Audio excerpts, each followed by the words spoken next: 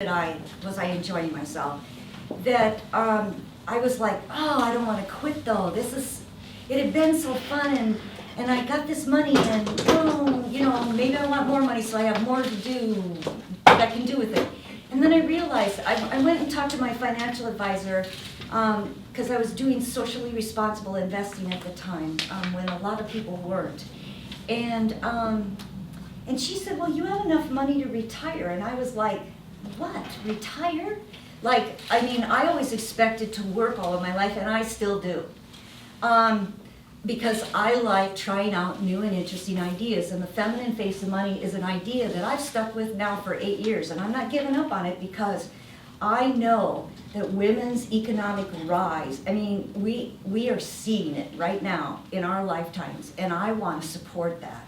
I want to empower women with education and making sure that you in this room and every other woman who cares about her money can short circuit some of the pitfalls and the traps that I fell into with my money. But then I got to thinking about it, and I was like, well, I have this money. Why can't I just start using it to do things that I really want to do? And so I stopped trading time for money in the conventional and traditional sense, and actually now spend time working with money. But that's my path, that's my unique journey.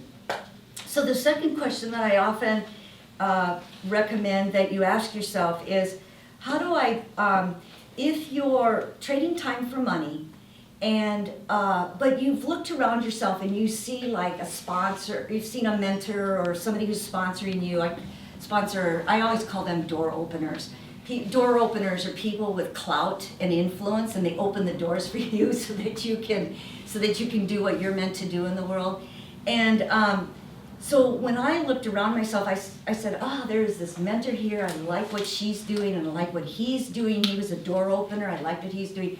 And I was like, how can I build that, whatever it was, for myself? And let's just take Feminine Face of Money, the business, as an example. I was like, how can I build Feminine Face of Money for myself, and then for my family, and for causes important to me?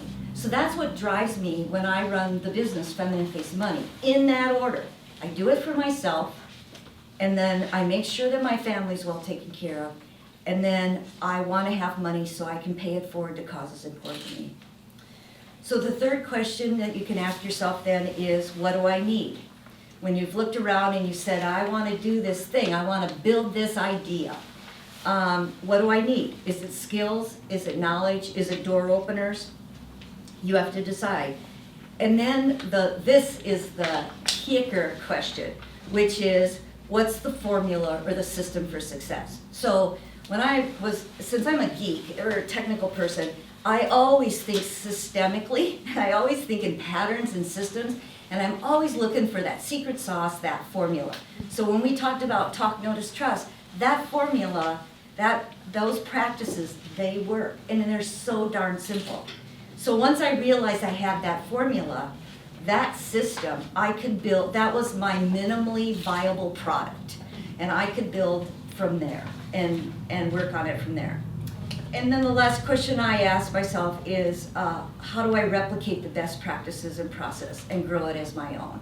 And I learned that at Microsoft, because that's what, I watched some of my best mentors in the world figure out what their secret sauces were, and what the best practices and the questions were, and then and the process, and then replicate it. So for anybody here in this room who's working on a big idea, it's not only do you have a good idea, but I'm always encouraging you think to step 5. Like, okay, you have a great idea, so how will you replicate it? How will you scale it? How will you grow it? And more to the point, how can you live a life that feels sustainable to you? This question is where are you in your journey? Are you a doer? Are you a manager in the broadest sense of the word? Are you a leader? Or are you a mentor, a door opener, a coach? Those are all different kinds. But where are you in your journey, and do you want to be in a different place in your journey? Doer, manager, leader, door opener. Where are you at, and where do you want to be? That's when you're starting to think about your wealth strategy, that's where I have people start. And then you start putting people around you, an inner circle of advisors. And if it's for finance, it's like it's you yourself is your trusted, most trusted advisor when it comes to money. And then you put 3 money buddies around you. 3 people who agree that they are going to